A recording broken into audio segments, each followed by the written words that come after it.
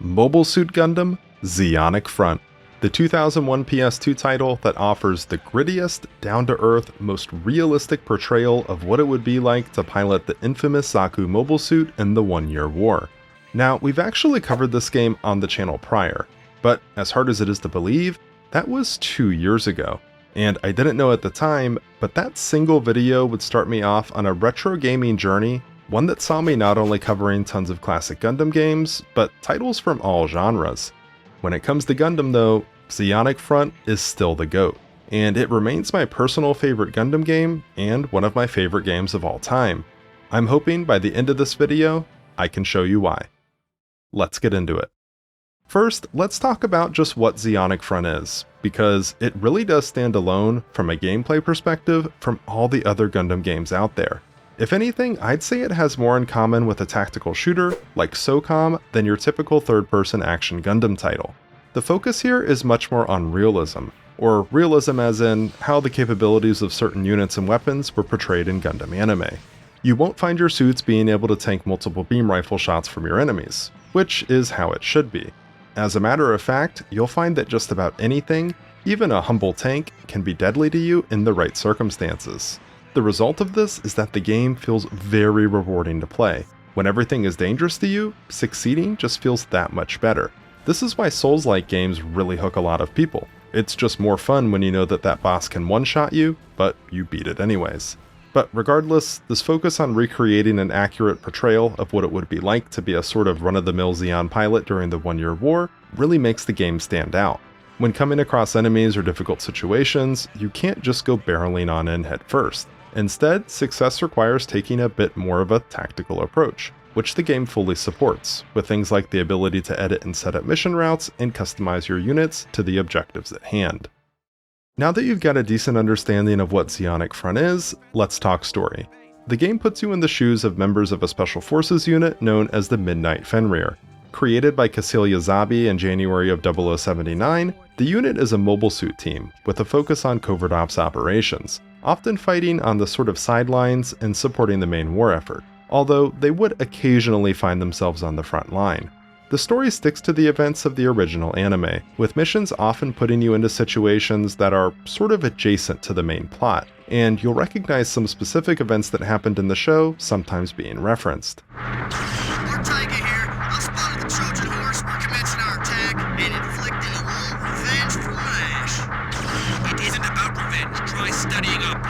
You won't find yourself going toe-to-toe with Amuro and White Base, although there is one specific mission that directly involves them where you have to gather reconnaissance data that can be absolutely terrifying. When you're playing this, you can even hear Amuro counting off as he murders your squad mates one by one. I found the Trojan horse. I'm ejecting. 1. Lost transmission with the map unit. Gathering data now. Data has been received. I've been hit. 2. 3. Outside of this though, you don't have any direct encounters with the RX-78. Aside from in a simulator mission, which yeah, going up against Gundam's beam weaponry in this game in an early war Zaku probably feels pretty similar to how it must have felt for all those poor Zeon pilots that Amuro encountered early on. As far as the rest of the story experience goes though, it's a total of 13 missions and covers events spanning the entirety of Zeon's campaign on Earth. From the initial takeover of California base, to the death of Garma Zabi, Operation Odessa, and finally, Zeon's final retreat and the war's end. Enemy retreat confirmed. We won! Good. All units, we're clearing this area. Commander, wait a moment, please. I'm receiving a transmission on all channels. I'll patch it through. Attention all Zeon officers and soldiers. I am Prime Minister Darcia Bakarov. Supreme Commander Giran Zabi, along with Rear Admiral Cecilia Zabi, have lost their lives in battle. Therefore, the Bawaku has surrendered. At present, the Republic of Zeon and the Earth Federation government have agreed to a ceasefire. Our battle has come to an end. I beseech you, officers and soldiers, as the national sovereign, I have proper authority to give the order. All forces, Immediately suspend hostilities and lay down your weapons. I repeat, immediately suspend hostilities and lay down your weapons. The war is over. It's worth noting here too that after you complete the campaign for the first time, you unlock hard mode. You can easily tell if you're on this mode, because once you are, the start screen changes from a standard Zaku 2 to the one made infamous by the Red Comet himself. Now, in addition to the main missions, as you play through, you also unlock simulator battles. In grand total, there are 33 of these programs available, excluding the tutorial ones. These essentially boil down to playing through the maps of previously completed campaign missions, with some variation.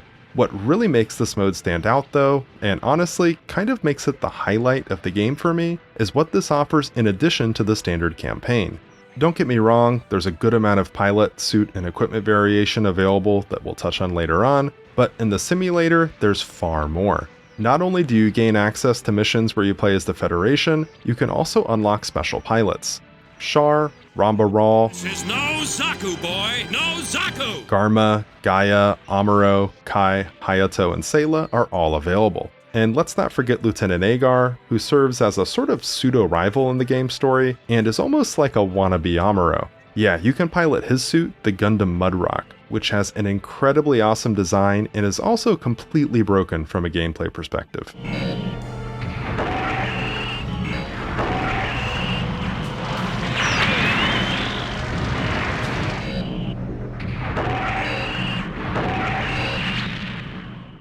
Okay, let's talk gameplay. First, we'll take a look at the basic gameplay loop that the game offers. After selecting a mission, you're given a briefing. These are fully narrated as well as animated as the person briefing you explains the situation at hand. After we see our comrades off, I expect you to make it through alive, so we may all gather together again. Victory to Zeon! Those words I shall use as a prayer for the future of all space noids. Hail Zeon! We then move on to the mission setup screen. This is where you're able to customize your team's loadouts, set up routes, and even get advice from your crewmates, which is presented in the same style as briefings. Reporting, I'm Ensign Nicky Roberto, and I've been transferred to join the Midnight Fenrir. I'd like you all to know I'm honored to be a member of this unit. Oh, brother. The higher-ups should know better than to send us a bunch of amateurs. Since when did we turn into a kindergarten? Don't be so hard on him. They say Zeon does lack soldiers. Lieutenant, you're becoming more blunt yourself lately, aren't you? You can't blame me since you're such a good teacher. Listen, Nicky, just be careful not to pick up any of his bad habits. Listen, kid, don't try to earn your stripes too quickly. You're a kid, not a hero. Just concentrate on surviving. Right now, that's all you need to do. Yes, sir. I'm itching to leave. The way things are going, we have to hurry. But we don't know how many enemies are out there. We gotta move carefully, but quickly, too. Ensign Nicky, starting to take charge, are you? Of course. I'm no longer excess baggage anymore, old man. Trust me, I won't let anyone call you excess baggage. Team setup is where all your customization options lie. When you first get started, you'll be pretty limited here, just because you won't have access to that many different suits or team members, but as you progress through the game and complete missions, you'll quickly unlock lots of new toys to play with. My personal favorite here has always been the Dom, with its insane mobility, firepower, and slightly OP scattering beam cannon, but this go around, I actually found myself using some of the other units a bit more, just to kind of mix things up a bit, and I was actually quite surprised at just how well a heavily armored Zaku 1 can perform. But back to customization. Not every pilot can use every suit, so even if you do want to deploy with a squad full of DOMs, you'll have to wait until you unlock pilots that allow you to do so. Until then, you're stuck with what you have and trying to make best use of what you can work with. Certain weapons excel in certain scenarios, so while loading up on heavy ordnance may be great for dealing with enemy mobile suits, if you encounter any sort of enemy light vehicles in large numbers, you're going to have a bad time just due to how long it takes to place follow-up shots, reposition, reload, etc. In missions that feature enemy types like this, packing out with that OG Zaku machine gun might just be the way to go, and it may just surprise you with how effective it can be. Now, in addition to choosing suits and weapon types, units also have support options. There's quite a lot to choose from here, and these can vary from giving you things like upgrades to your sensor strength, increased ammo capacity, smoke grenades, etc. This is also where you'll find what would be considered special equipment that is unique to certain mobile suits, like the Goof's heat rod or gun cannon's cannon ammunition, for example. Alright, next let's talk about route setup. This is where you're able to create and customize the routes your teams will follow while in mission. Depending on how you have your order set up, which you can choose from either avoid, which will prioritize following routes, or attack, which will focus on pursuing enemies, while deployed, your squad mates will pretty closely stick to these routes. Now, customizing these isn't something that's absolutely necessary, since, for the most part, default routes will work just fine, but there are some missions where I found customizing routes to be pretty beneficial. And in addition to just setting up what paths your units will take, you can also set up and configure what are called battle codes, which essentially act like stopping points where once a squad makes it to that specific point, they'll hold until you give a corresponding command. I found this to be useful in certain scenarios where there were maybe a lot of potential enemies in one specific area, and I wanted to wait until our entire team was ready and in position before we all moved in at once. Okay, let's move on from all the pre-mission stuff and talk about actual in-mission gameplay. Let's cover the basics first, starting with the HUD. By today's standards, I'd say this could be considered a tad clunky, but hey, it is what it is, and it does do a great job at conveying quite a lot of information to the player. Starting off, on the far left, we have our multi-sensor display. Now, at first glance, you might think of this as sort of like a mini-map, since it does serve a lot of the same function. You can see guidance to your next waypoint, map elements, enemies, etc. But what this is really used for is managing your sensors. As you move through missions, you can click an input, the circle button, to cycle through 3 modes: radar, sonar, and thermal. Each of these serves a distinct purpose. Radar covers a wide range, but is ineffective against covered or sheltered objects. Thermal detects heat sources and is great for finding enemies hiding in cover, although it does have a very short range. And sonar detects moving objects with sound waves, although it's ineffective against stationary objects. Figuring out which one of these is best suited for your situation is a core part of gameplay. Although personally, for me, I found that it boiled down to using sonar or thermal. I hardly ever used radar. Moving on to the center of the screen here, we have our ammo count, shield strength, and overall hit points for our units, what piece of support equipment we currently have selected, our current movement and behavior order, and finally, a sort of overview on the current order status for all our teams. There's also a larger map on the right here that shows the entire battle area, complete with a circle around your unit that shows your current sensor range. Moving on from the HUD, at any time you can press the X button to access the commands menu. From here you can do things like order all your teams to halt, advance battle codes, tell your allies to hold fire, etc. Alright, let's talk actual combat. Zeonic Front incorporates a lock-on system. When you aim at a targetable enemy, which is indicated by a box centered on them, if they're within range of your equipped weapon, you'll acquire a lock.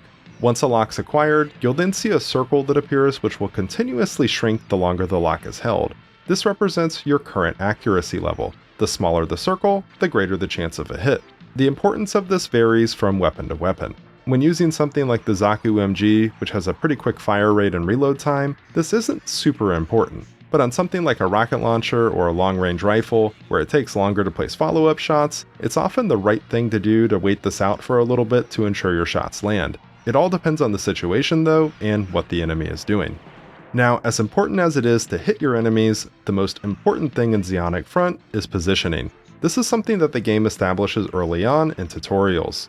Mobile suits are heavily armored in the front, and not so much in the rear. This is why turning your back on something like a tank, even in an advanced suit like a Dom, is a very bad idea. Luckily, this rule applies across the board, even to your enemies, so if you're able to outmaneuver them, even a lighter weapon will turn into a one-hit killing machine. Of course, if you're using a beam rifle, you can kinda just forget about all this since it'll essentially just one-shot everything anyways, as it should, and the same sort of applies to other heavy weapons like rocket launchers, but just not quite to the same extent. When you put all of this together, it gives Zeonic Front a gameplay feel that is unlike anything else out there. Literally everything is dangerous and has the potential to kill you. Engaging enemy mobile suits feels dangerous, and even something like a humble GM demands respect. Weapons are portrayed realistically in all the right ways, which is something that is incredibly rare in the space of Gundam games, especially today. If a Zaku takes just a single hit from a beam saber, it should die. There's no other way to put it. I really wish Bandai would give us something like this again, but as more and more time goes by, the less I think there's a chance of that happening. but who knows, maybe they'll make me a liar. Alright, let's talk presentation. Visually, I feel like the game is definitely starting to show its age, which I mean is sort of expected from a game that's 24 years old, but even upscaled, the game definitely has a very early PS2 era type look going on. The only downside for me, which is minor and honestly my only real complaint with the entire game, is the frame rate.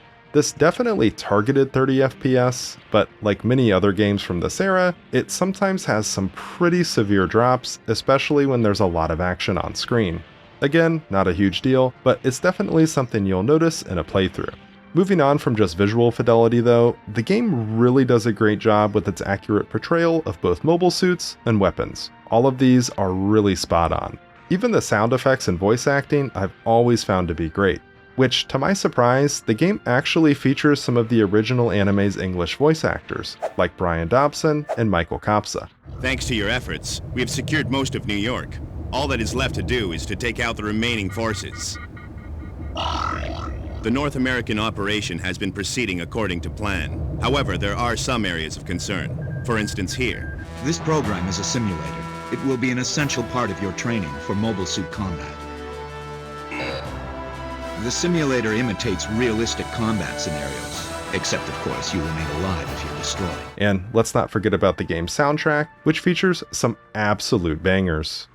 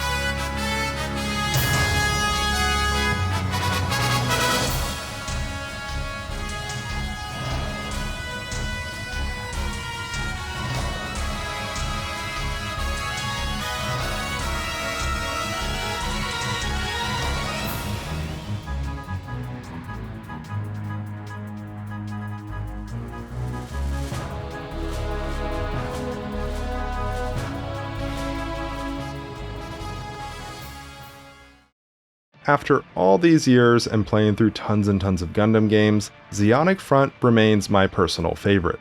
There's just nothing else out there that delivers the same level of realism. If you're a fan of UC, and in particular 0079, I cannot recommend this game enough. Bandai, please, for the love of God, either remake this game or give it a sequel. You're sitting on a literal goldmine. This is the kind of game that Gundam fans want. Let me know your thoughts on Zeonic Front down below, and as always, thanks for watching. Until next time.